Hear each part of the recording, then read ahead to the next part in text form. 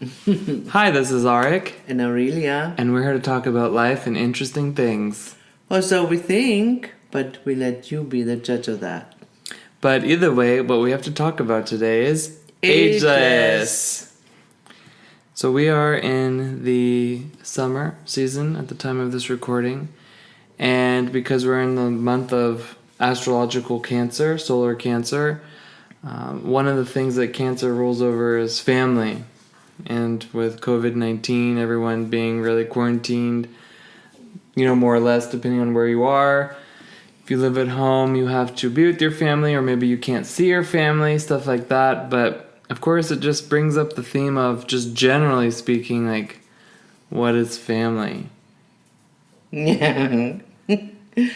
Yeah. Okay, you want me to speak to that, or you have a more specific question? I mean, it needs to get more specific, because that's a really general question. But I guess... Hi, Saya. Yeah, I mean... Bless you. Bless you, Saya. That's our dog, Saya. And she's part of our family. Mm-hmm. But I am almost 100% certain that she didn't come from my mom. I hope not. And I don't think she came from your mom either. But she's family. So I guess there's like blood family and spiritual family, like the family that you choose. Yeah, like family of origin, how it's called, and your family. Yeah. That's nice, the way of putting it. Like, but you can have emotions with both. Definitely. Most people have strong emotions with their family of origin, or rather against them, I would think. So what's the point? What's the purpose of family on the spiritual path, I guess? I mean, that's the context. Well, family of origin on the spiritual path usually is looked at as a hindrance. Mm-hmm. Like the Buddhists say, family is Mara, and whoever has heard about Siddhartha Gautama, who then became the Buddha, has seen Little Buddha the movie, whatever sees. Like, the story is that he left his family, like his wife, his son, his kingdom, because traditionally families are a structure that hold us back. Mm-hmm. Because we all have to play our roles in a family of origin, and most of the roles are codependent, and if we don't do that, then we are being shamed or punished or guilt tripped.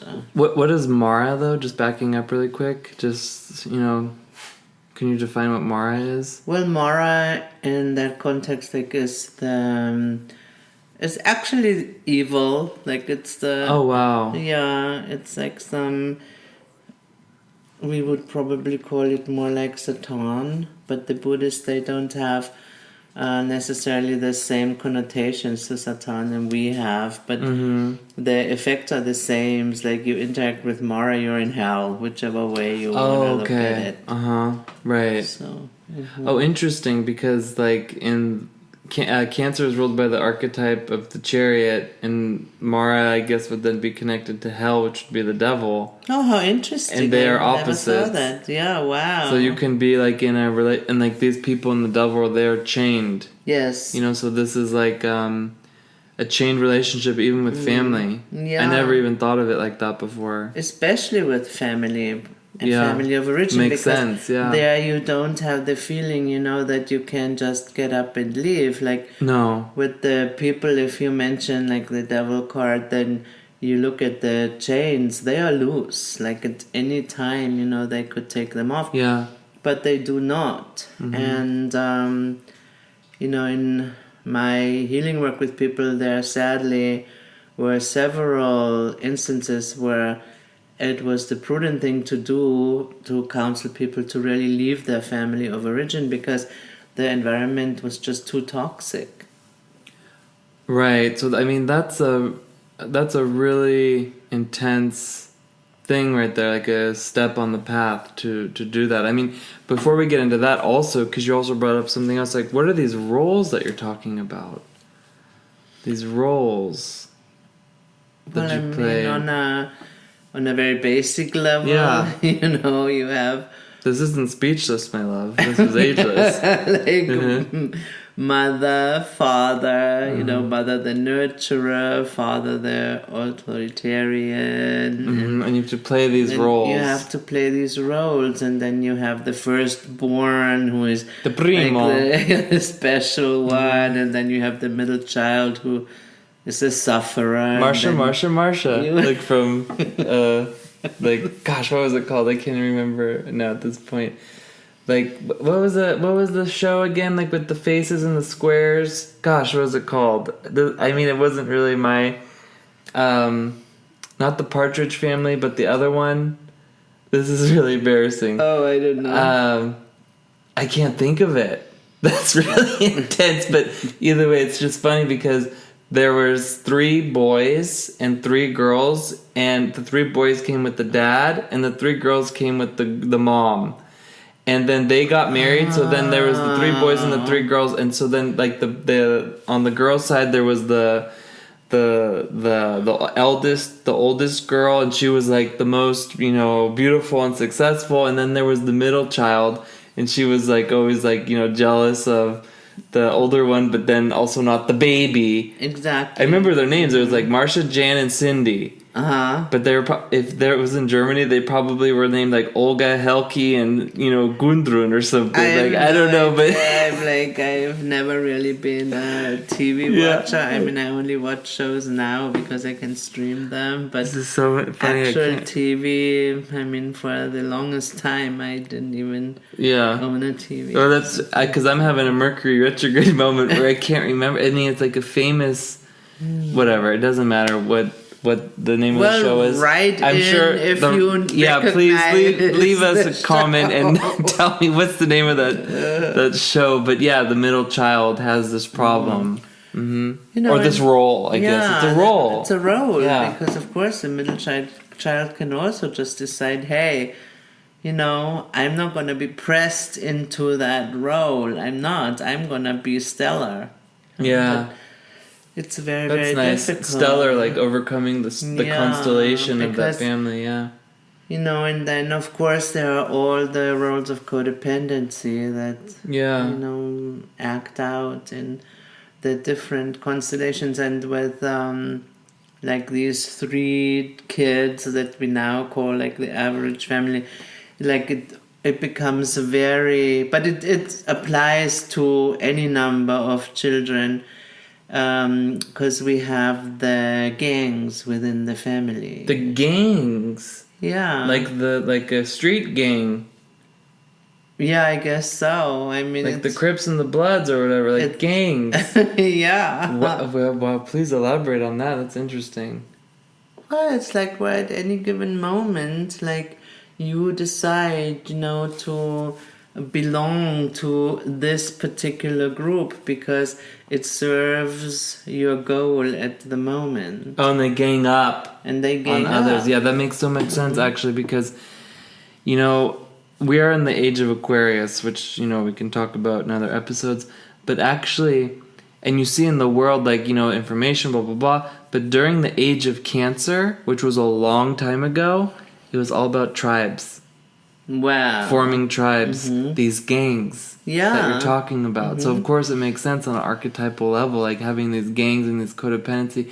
So, basically, then, when you need to step out of the family, so to speak, then you're basically stepping out of those roles. Yes. And I guess if the environment is too toxic, like you said, I guess then you really have to step out of it, like... It's necessary for the spiritual path. Like then you have to really cut them off, or whatever. Like you really outgrow that. And for example, if you can imagine that, for all our listeners, I know in the States, like you turn around and change your name, and then that's it. You assume a different identity. Now in Germany, it is extremely difficult. For example.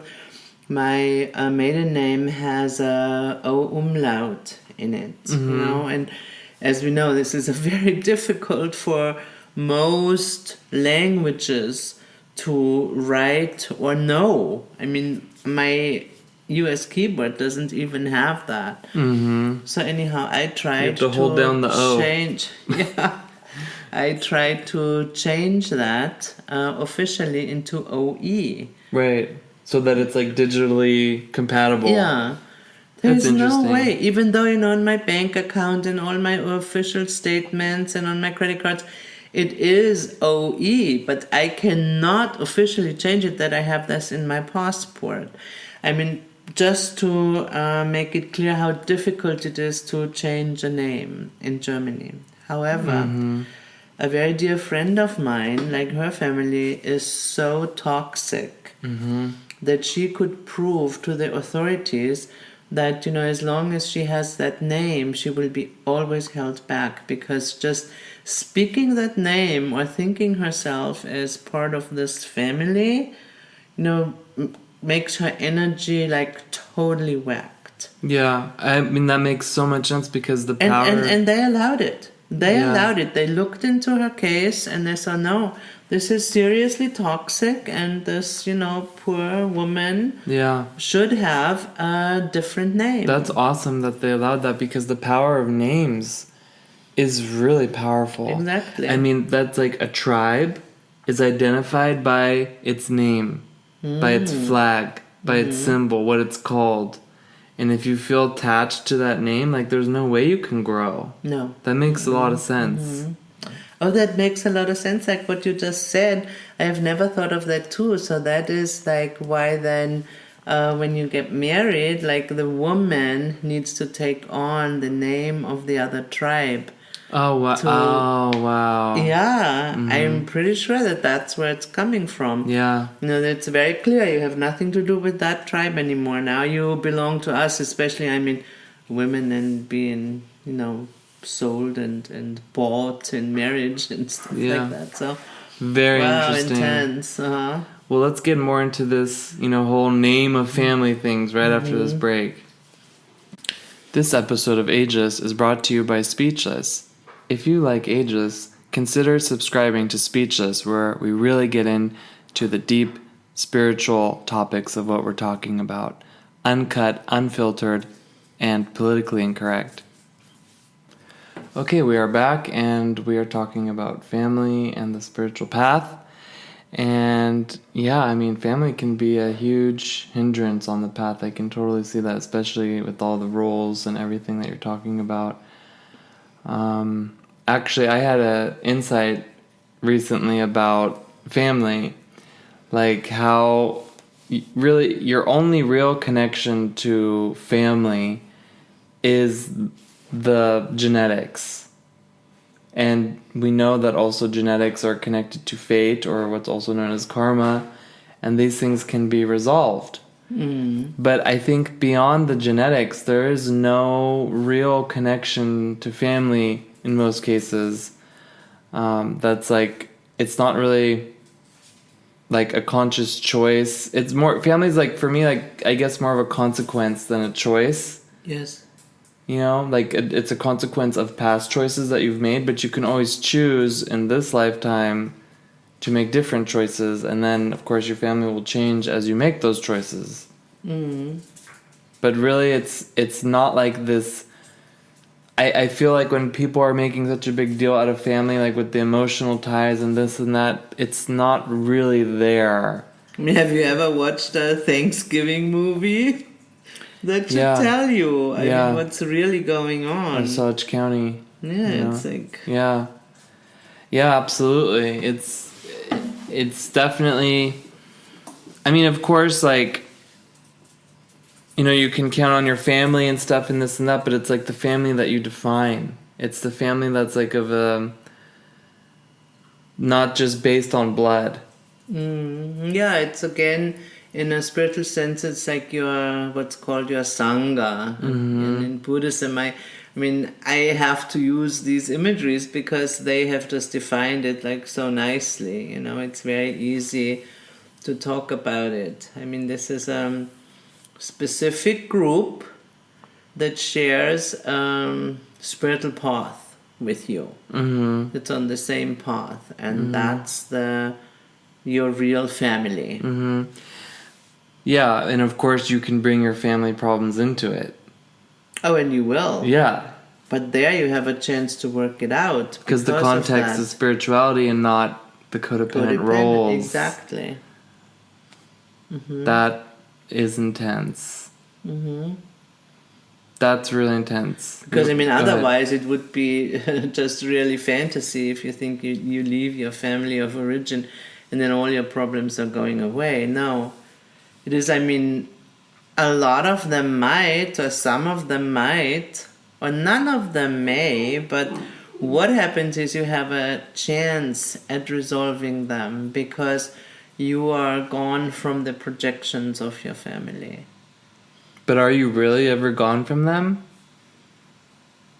Well, yeah, I mean, out of sight, out of mind, you know. Mm-hmm. I mean, they can still project or think of you in that certain way, but you do not have to interact with those projections anymore. Right. Right. Absolutely. That makes sense. Yeah, that's nice.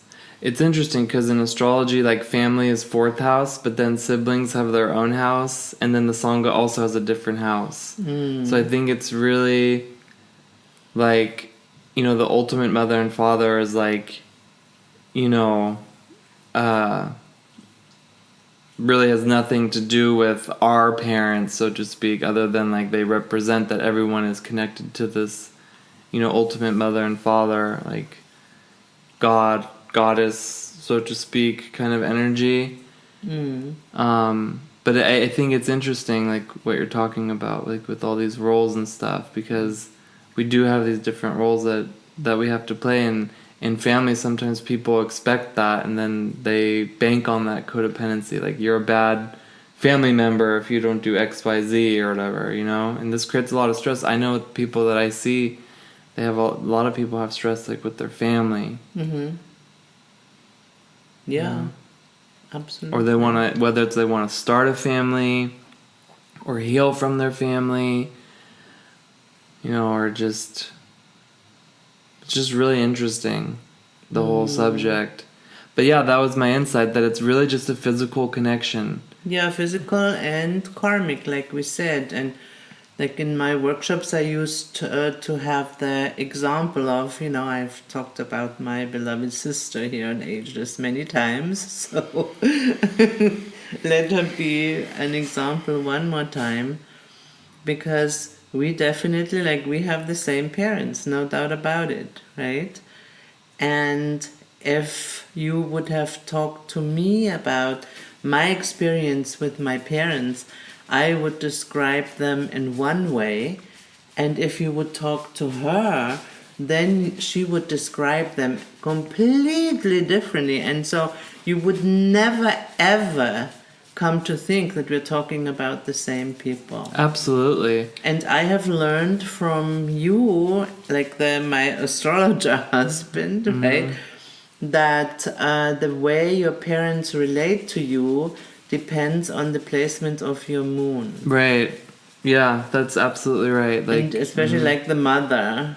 Yes, especially well, like the primary caretaker, because you have to be politically correct or whatever. But yeah, it's like it's definitely true, and I have told many people that exactly, that your children will receive from you differently, and it's helped them a lot, because a lot of parents, because children are their family, a lot of, which has its own house, astrologically, but a lot of parents, they are so frustrated when their children cannot receive the same amount of attention or energy, let's call it energy, from the output of the parent.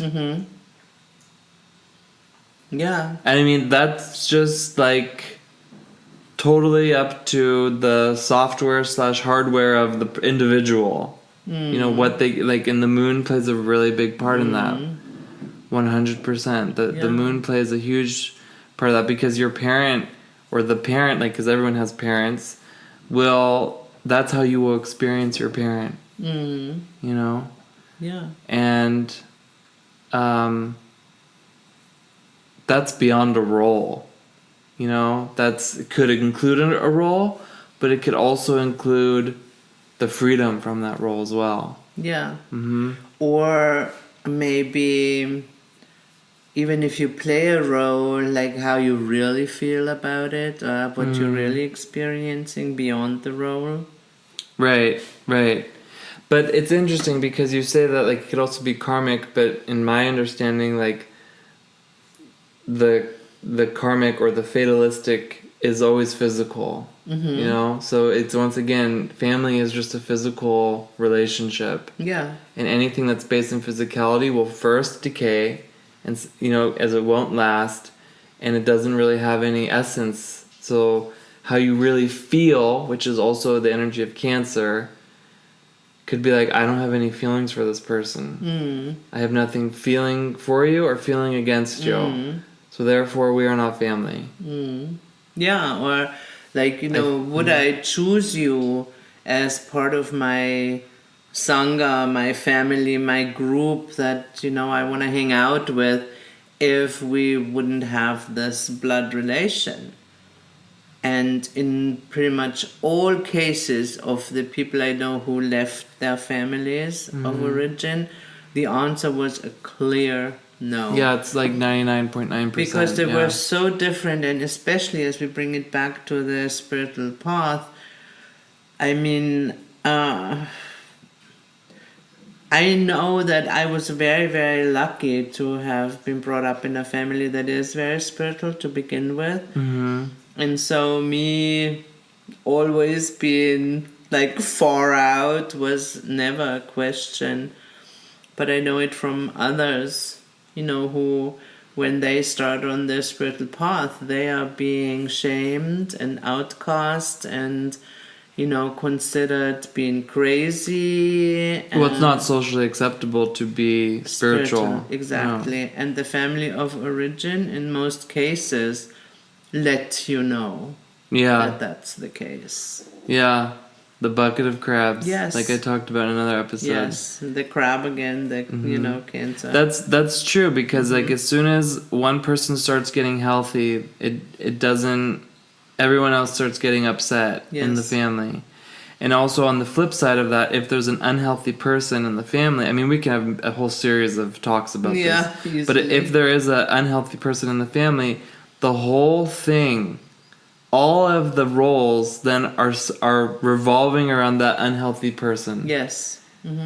It's almost like a black hole, you know, that sucks in all the energy. And so for the light to escape, basically, if we say, you know, there is one healthy person or two healthy persons or whatever, they have to get far enough away from the event horizon because otherwise, you know, they're being sucked in too. So for anybody listening to this who might be in a situation like that, like where you're just surrounded, like your whole life is surrounding someone, you know, who is toxic or just really unhealthy, ask yourself, what is your obligation to this person? Aside from the codependency, the codependent roles that you're playing, the self-images that you want to fulfill. You know, like even if you're a child or, you know, someone growing up and somehow you're listening to this, like whatever, it's like, really think about it. What's your obligation to your other family members? You know, be thankful and whatnot, but really what is going on underneath there? It's very helpful to see.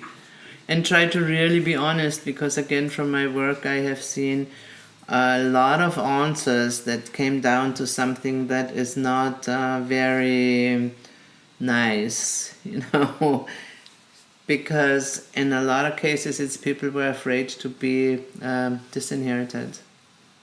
Oh, like money. It's money, and they rather put up with all that shit because then they think like, okay, but then, you know, they die, and then I'm going to get all this money, and so this is sadly a big part, but it goes back to what you said, that then the relationship becomes even more connected to the material, like the physical. Yeah, and I can just speak from personal experience. You can make it on your own and then go out and make your own family. Like, you don't need to sell yourself out for some money that's going to have its own attachments and emotional strings to it. So no, you can do it, and it's worth it. And along these lines, I mean, often isn't there like a saying, like first generation creates it, second generation maintains it, and third generation destroys it? Yeah. And that's along these lines because, you know, if you're just connected to a family because you want that money, like you're accumulating so much fate or negative karma, no, because it all becomes bread of shame. And so it will be just ripped away from you. It's entitlement. It's entitlement. It all becomes entitlement. Yeah. And that's really, again, the energy of Capricorn, which is 180 from Cancer.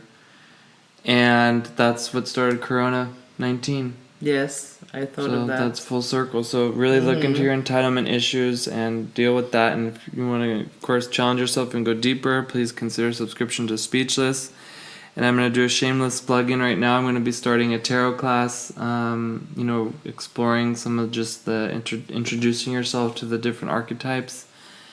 And so if you're curious about that, please send me a message or contact us or leave a comment. And otherwise, it's been a great conversation with you as always. Ageless. Talk about ageless problems. Yeah. Hopefully not. And this has been Arik And Aurelia. and you've just listened to an episode of Ageless. Listen to us on Apple Podcasts, Google Podcasts, Spotify, or YouTube. See you guys. Bye. Bye.